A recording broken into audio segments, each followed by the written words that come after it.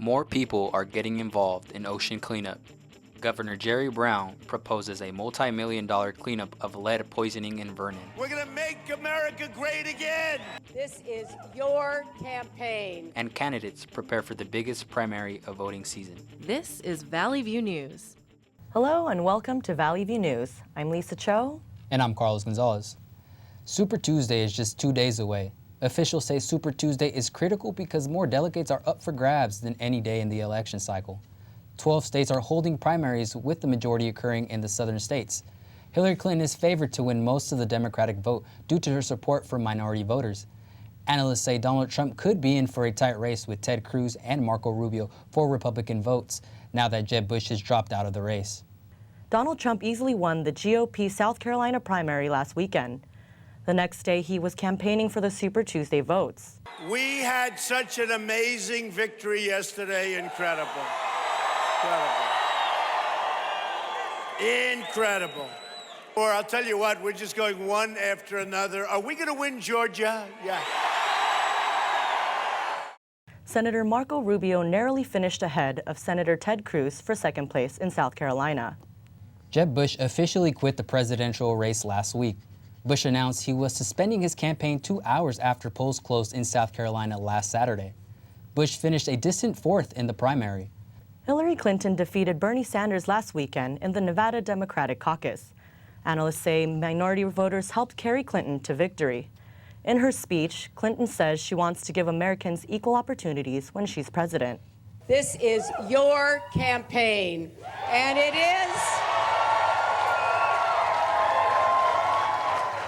a campaign to break down every barrier that holds you back. We're going to build ladders of opportunity in their place so every American can go as far as your hard work can take you. Clinton won predominantly among older voters, while Sanders won the younger vote. A New York Times national poll says young Americans are voting for presidential candidates in large numbers this year. People ages 18 to 29 are contributing a third of the voter turnout. That is the same portion of the electorate as the baby boomer generation. The youth vote's biggest beneficiary by far has been Bernie Sanders. He attracted more than 80% of the young vote in both the Iowa and New Hampshire caucuses. The New York Times findings are mirrored here on campus. 55% of students surveyed by Valley View who say they are voting favor Bernie Sanders. When I look at a candidate, I want to know that the person I'm voting for isn't just saying what he's saying to get votes. Just the way he speaks about education and how he wants to make it free. I strongly believe in his free healthcare plan. I think it'd be much better than Obamacare, and also his student plan. This student explained why she favors Hillary Clinton. It would be really incredible to see a female president, and so that's where I'm a little biased in a sense. And some students are undecided. I've generally been pretty Democratic. I'm kind of moderate, but I didn't like the Bush administration and Donald Trump. I don't approve of his stuff, so I go the other way. 45% of the students in our unscientific study say they are not going to vote in the presidential election. Analysts say the Latino vote could be the key to the Democratic nomination. Hillary Clinton has overwhelming support in the African American community, and analysts said she was favored among Hispanic voters. But an exit poll concluded that Bernie Sanders defeated Hillary Clinton by 8 percentage points in the Nevada caucuses. Clinton's supporters challenged the poll, pointing out she defeated Sanders in heavily Hispanic Clark County. Oil markets jumped nearly 8% last week due to falling U.S. shale output. A rally in equities fed the idea that crude prices may be bottoming after their near 20-month collapse. Prices got a further boost after the International Energy Agency said U.S. shale oil production could fall by 600,000 barrels per day this year. Governor Jerry Brown has proposed a multi-million-dollar cleanup plan for the areas contaminated by Vernon Exide's battery recycling plant. Reporter Desiree Lopez has more on the story.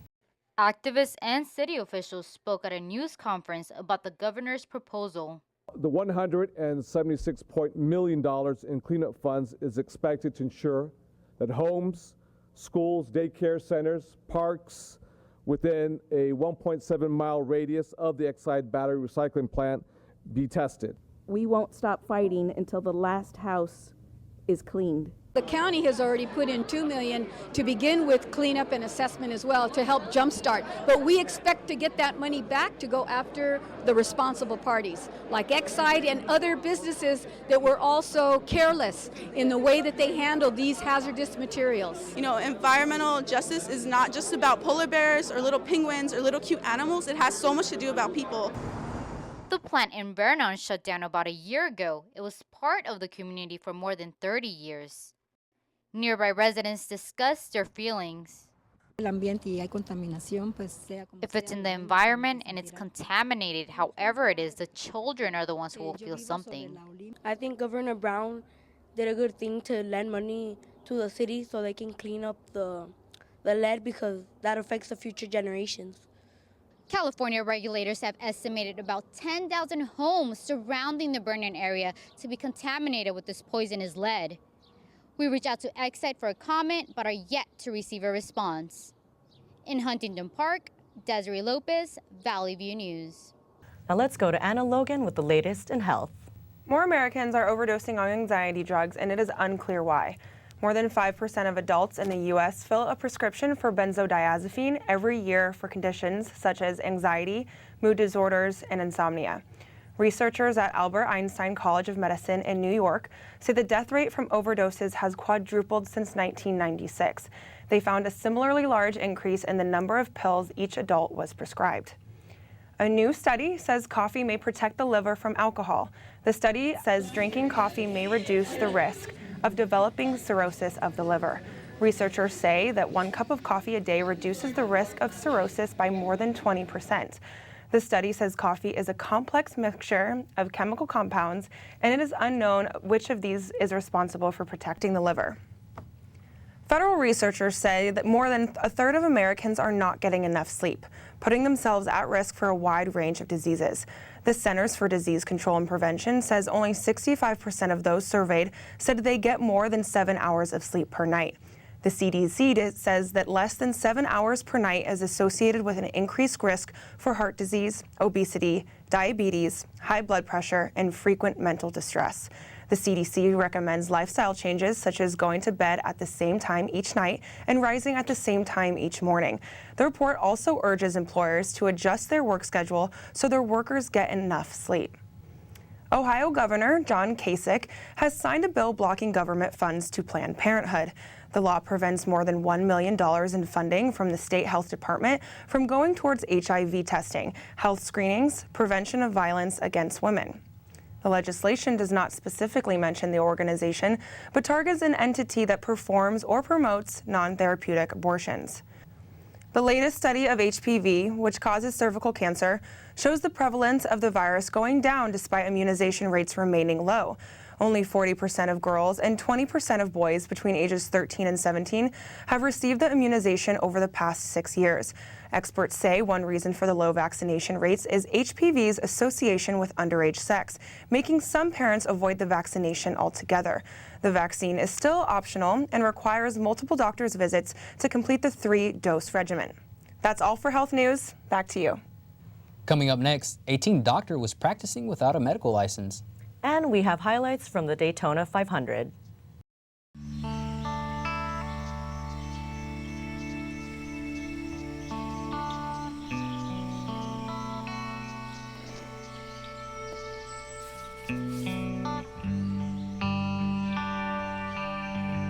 This is the moment I knew. His future had no boundaries. There are some moments only the forest can inspire.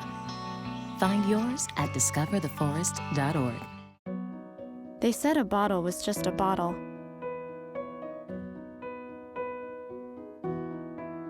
That no one would ever notice me.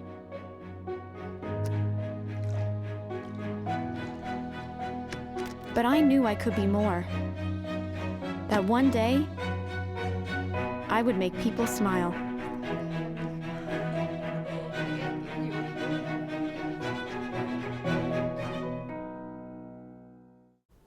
Everywhere that we go, he makes people laugh and makes people smile, and I feel like I have that quality. He's the one who always takes me fishing. I watch golf with him. I watch him cook, because when I grow up, I want to be a cook too. We have the same faces like this. Dad is the one, when you fall, that picks you up. That unconditional sense of presence and reassurance is really what makes him my father.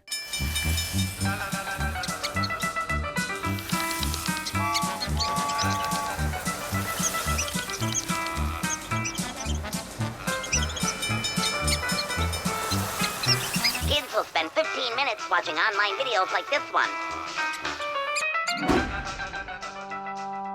Brushing for 2 minutes now can save your child from severe tooth pain later. 2 minutes, twice a day. They have the time. Hiking trails leading to Echo Mountain are closed due to possible human remains found in the area. Authorities received a call after 8 last Sunday reporting the discovery. Police confirmed that bones were found but could not say if they were human bones. One deputy said the bones appeared to be from a human leg. An investigation is underway. Pop singer Kesha lost her sexual assault battle against her record producer, Dr. Luke. Kesha accused him of drugging and raping her. Dr. Luke claims Kesha is lying in an effort to break her contract. Pop sensation Taylor Swift supported Kesha by donating $250,000 to help her with any of her financial needs during the trial. Kesha's lawyer says her career is being put on hold because she refuses to work with her accused rapist. The judge ruled there was not enough evidence to convict Dr. Luke of the charges. Hundreds of people came together in Compton for an anti-violence march last Sunday. The Save Our Children march honored 1-year-old Autumn Johnson. She was fatally shot while sleeping in her crib during a gang-related drive-by. The march was organized by the Compton Gang Prevention and Intervention Program. There's a $25,000 reward for any information that will help catch the shooter. A Florida teen has been arrested for impersonating a doctor and practicing medicine without a license. 18-year-old Malachi Love Robinson invested $10,000 and opened up a clinic. Police say he posed as a medical doctor and treated patients. His clinic in West Palm Beach was called New Birth, New Life Medical Center. Robinson told ABC's Good Morning America that he did not portray himself as an MD. He says he utilized physiological, psychological, and mechanical methods such as air, water, light, heat, and earth to treat his patients. Florida says that it does not issue licenses for that type of treatment. Now let's go to Erica Sims with the latest news in sports. Thank you.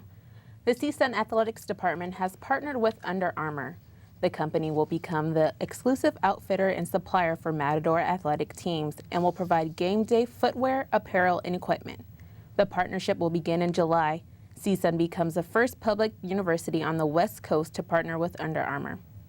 The Csun men's basketball team continues to fight for a winning record despite being banned from the conference playoffs. In January, the team announced a self-imposed ban after acknowledging academic violations by several players. Guard Kendall Smith says postseason plans may have changed, but the winning mentality of the players has not. We just have to understand that we have to play for the name on the front of our jerseys now. Obviously, we're unable to play in the postseason, but we still have to go out every night and compete at a high level. We still have to give it our all because, we're actually held to an obligation, and that's to compete and play hard. And also for our pride, just for ourselves to know that we're a good team. As of last Thursday, the Matadors are 5-8 in conference play and 10-17 overall. The team will host UC Davis on March 5th in its final game of the conference season. Csun women's softball team is looking to defend its title as Big West Conference champions. The team has won 6 out of 10 games on the road and has yet to play at home. Infielder Maylin Mitchell says the team doesn't need to do anything special to stay on a winning track. I think we just need to play our game. I mean, there's no pressure. Or we shouldn't think of it as pressure, really. We didn't really lose anyone as far as our offense goes, and I think we can definitely go back to back if we just stay confident and just trust in the process. The Lady Matadors have 1 month to prepare for conference play. Csun will host its first conference game against Long Beach State on April 2nd. Denny Hamlin won his first Daytona 500 and one of the greatest finishes of all time. In the last lap, Hamlin's teammate Matt Kenseth led, but Hamlin quickly moved up after Kevin Harvick sped up, forcing Hamlin to move forward. Kenseth tried to block Hamlin, but Hamlin maneuvered his way around, causing Kenseth to swerve, brush the wall and lose his first place standing. Hamlin and Martin Truex Jr. then battled it out, and Hamlin beat Truex by a 100th of a second. Hamlin's win was the closest in Daytona 500 history. New Orleans center Anthony Davis had a monster game against Detroit last weekend. Davis finished with 59 points and 20 rebounds. The last similar numbers were posted was in 2001 by Sacramento Kings player Chris Webber. Davis broke the New Orleans franchise scoring record that was held by Jamal Mashburn in 2003 with 50 points. He is also the youngest player in NBA history to score at least 59 points, beating Jerry West by almost a year. The Los Angeles Lakers lost to the Chicago Bulls in Chicago last weekend, 115-126. Former teammate Pau Gasol introduced Kobe Bryant for the last time at the United Center. Bryant scored 22 points, Gasol had 21, and Derrick Rose finished with 24. Lakers coach Byron Scott says Julius Randle and Ricky D'Angelo Russell will start for the rest of the season. Bryant has 25 more games to play and 16 are at Staples Center. For the second time in 3 years, Bubba Watson has won the Northern Trust Open. After his victory, Watson announced he had passed a kidney stone in the week leading up to the Trust. Watson shot a 68 in the final round to win the 9th PGA Tour title. The victory at the Riviera Country Club in Los Angeles made Watson the world's 4th-ranked golfer. That's all for sports. Back to you. An Uber driver admitted to killing 6 people last Saturday in Kalamazoo, Michigan, and has been charged with murder. Authorities are searching for motives that led to the shooter's rampage. Jason Brian Dalton opened fire at an apartment complex, a car dealership, and a restaurant. The shooter also wounded 2 others, including a 14-year-old girl. A Connecticut judge is deciding whether the Remington Outdoor Company should stand trial for manufacturing the weapon used in the Sandy Hook Elementary School massacre. Families of 10 victims filed the wrongful death lawsuit and want the manufacturer to be accountable for selling military-style weapons to non-military personnel. The company has declined to comment, but cited a 2005 federal law that protects gun manufacturers and dealers from any liabilities after a shooting. Coming up, the FBI wants access to an iPhone from one of the San Bernardino shooters. And a record-breaking cyclone hits Fiji. They told me a bottle couldn't dream. That I would never become a superhero.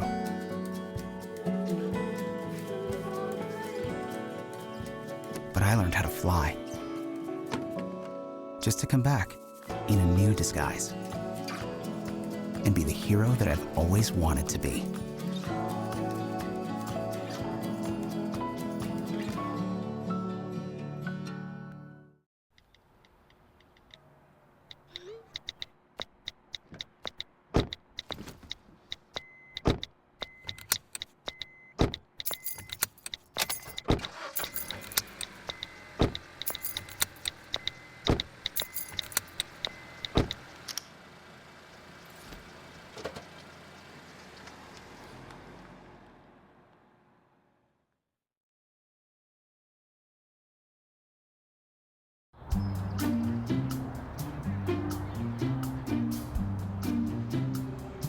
Don't worry, 74 people were picked before me in the NFL draft. To fight childhood obesity, United Way and the NFL are helping kids play at least 60 minutes a day. Okay, time for the team obstacle course. Yay! What this place needs is more healthy kids. To get involved or donate, go to unitedway.org/play60. Now I get it. Hey, Hard, what's this? That's my resignation letter. You're resigning. Why? Because you're constantly ignoring me. You're half as active as you used to be, and you get stuff like this. You've been putting me under a lot of pressure lately. That's why I'm ready to quit. I forgot. I'll do better. Please, don't quit on me. Okay, but remember, it's not what you say, it's what you do.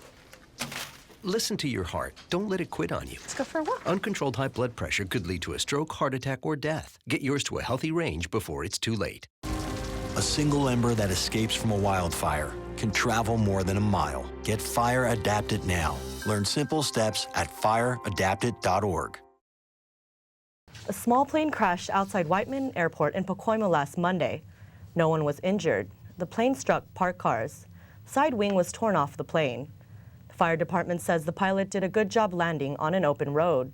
Cause of the crash is under investigation. The next generation of mobile internet is quickly approaching. The mobile industry is pushing forward with 5G networks and will begin radio test bed field trials later this year. Ericsson president and CEO says the technological portfolio is constantly evolving to keep up with customers' demand. The 5G network is expected to launch in 2020. The battle between Apple and the FBI continues.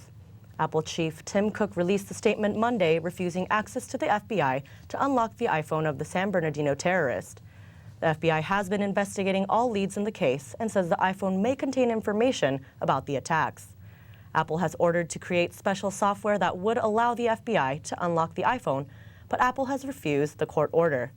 Apple believes that granting government access to customer data will open a backdoor to government overreach. Donald Trump called for a boycott against Apple last week. He says people should stop supporting the company until the technology giant helps the FBI break into the iPhone of one of the San Bernardino shooters. A senior Apple executive said the company would continue to fight on behalf of its customers. It's Oscar night, and along with it comes road closures and traffic jams. Hollywood Boulevard has been closed between Highland Avenue and Orange Drive all week and will remain closed until 6 a.m. Tuesday, March 1st. Some access is being allowed for residents, pedestrians, and emergency vehicles. Detailed maps of affected areas are available from the Hollywood Chamber of Commerce and on the Academy's website. Now let's go over to Alexis Liggins with the latest entertainment news. Thank you, Carlos. Well, it's that time again. The Oscars are here. In just a few hours, golden trophies will be handed out to the winners of the 88th Annual Academy Awards. Chris Rock will be tonight's host, and the show, which faced a lot of backlash and boycott. This is the second straight year Oscar voters have failed to nominate a minority in any of the major categories. Analysts say The Revenant, Spotlight, and The Big Short are the top runners for Best Picture. Latinos in Hollywood are among the least represented speaking roles for film and television, even though they make up 17.4% of the U.S. population. A study by USC Annenberg School for the Communication and Journalism Research showed that Latinos play stereotypes. Women are portrayed as over-sexualized and men are portrayed as dominant or macho. The National Hispanics Foundation for the Arts say that the broader the targeted audience, the more Latinos play stereotypical roles. The smaller the targeted audience, it says, the more they play leading roles. The movie The Race, about Olympic champion Jesse Owens, hit theaters last weekend. Owens' three daughters worked closely with the film's director to make sure the movie was accurate from a historical perspective. Owens won 4 gold medals at the 1936 Berlin Olympics. Owens' daughters say that they are happy that their input was instrumental in shaping the narrative. Race is the first feature film focused on the track and field icon. And keeping with The Race, they came in the 6th at the box office, earning $7.3 million last weekend. Risen took the 3rd spot, earning $11.8 million. Kung Fu Panda 3 came in 2nd, earning $12.5 million. And The Deadpool continues to dominate the box office for the 2nd straight week, earning $55 million. Deadpool is expected to be one of the most successful R-rated movies. Funeral services were held in Monroeville, Alabama for Pulitzer Prize-winning novelist Harper Lee. She died last Friday at the age of 89. Lee wrote the iconic novel To Kill a Mockingbird. Services were held at First United Methodist Church in Monroeville. Before she died, Lee requested she be remembered in a private funeral with no media attention and only attended by close loved ones. Lee was buried at the family burial site. To Kill a Mockingbird was published more than 50 years ago. Last year, a second novel, Go Set a Watchman, was published. The novel was drafted before To Kill a Mockingbird. That's all I have for entertainment. Back to you all with more news. Thank you, Alexis. The United States and Russia have agreed to ceasefire in Syria. The ceasefire is scheduled to begin this weekend. It involves the Syrian government and most opposition groups, but officials say it does not cover the Islamic State, the Nusra Front, or any other terrorist organizations. Officials say Russia is expected to continue its air campaign. Russia says it is targeting terrorists, but the U.S. says the Russians are hitting moderate opposition groups and civilians. The United States has announced it will aid South Korea in military drills scheduled for March. The drills will be held on the Korean Peninsula as a warning to North Korea after their threats to use nuclear weapons. 15,000 U.S. troops will assist in the field training exercises. Across Europe, gay, lesbian, and transgender Syrian and Iraqi refugees say they were being verbally and physically attacked in shelters. Some say they have been forcefully kicked out of shelters. Most of the abuse has been from other refugees. Germany's Lesbian and Gay Federation has counted 106 acts of violence against gay and transgender refugees from August to January. A tropical cyclone in Fiji has killed 20 people. Cyclone Winston hit Fiji last Saturday night. It is the most powerful storm ever recorded in the southern hemisphere. The winds reached 184 miles per hour. More than 8,000 people are in shelters. Schools have been closed and are being used as shelters for those who have been left homeless. The weather is expected to cool down to the mid-70s as the week goes on. Right now, Los Angeles and the San Fernando Valley are experiencing a warm weekend with highs in the 80s and lows in the 50s. Keeping our oceans clean is important to our environment, but not many people understand the severity of the problem. The ocean produces half of the oxygen in the air we breathe, and it is essential for providing the water we drink. Valley View News reporter Delmy Moran has more on the dangers of ocean pollution. Our California coastlines have always been enjoyed by generations past. It wasn't too long ago when our beaches were clean and full of life, but today our beaches are starting to look less like a vacation getaway and more like a dump. Volunteers from Heal the Bay are helping to maintain a clean environment and educate themselves on the importance of having a sustainable ocean. Well, we learned today that microplastics are actually becoming a very big problem. So plastics will get smaller and smaller and be washed out into the ocean, and even the things that you eat, like salt or even some fish that you might buy, could have traces of microplastic in it. Dockweiler Beach was closed down last summer due to medical waste washed ashore.